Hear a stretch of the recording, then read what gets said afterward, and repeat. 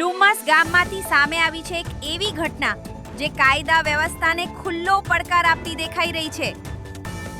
જાહેર રોડ, સામાન્ય જનતાનો માર્ગ અને એ જ રસ્તા પર જન્મદિવસની ઉજવણીના નામે દાદાગીરીનો તાંડવ. હા, ડુમ્મસ ગામના ઉદ્યોગપતિ કહેવાતા દીપક ઇજારદારે જાહેર રોડ જામ કરી દીકરાના જન્મદિવસે તાયફાઓ કરતા વિડીયોએ શહેરીજનોનું ધ્યાન ખેંચ્યું છે. રોડ પર અટવાયેલા લોકો જ્યારે રસ્તો ખોલવા હોર્ન મારતા લાગ્યા ત્યારે જવાબમાં તેમની મળી જીવલેણ ધમકી.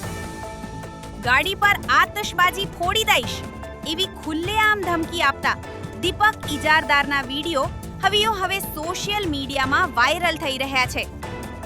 ગાડીઓ ઉપર, લોકો વચ્ચે જન્મદિવસની ઉજવણી નહીં પરંતુ કાયદાનું મજાક ઉડાવવામાં આવ્યો હોવાનો આરોપ આજ ઇજારદાર પર લાગી રહ્યો છે.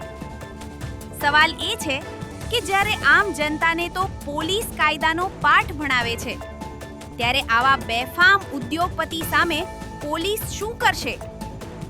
ખાસ વાત તો એ છે કે દીપક ઇજારદાર અગાઉ પર વિવાદોમાં આવી ચૂક્યા છે.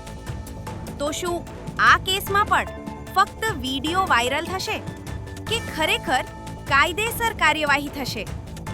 ડુમ્મસની જનતા હવે જવાબ માંગી રહી છે અને સમગ્ર ગુજરાત જોઈ રહ્યું છે. પોલીસ આ દાદાગીરી સામે ઊભી રહેશે કે નહીં? આ મામલે તમારો શું અભિપ્રાય છે? કમેન્ટમાં જરૂર જણાવો.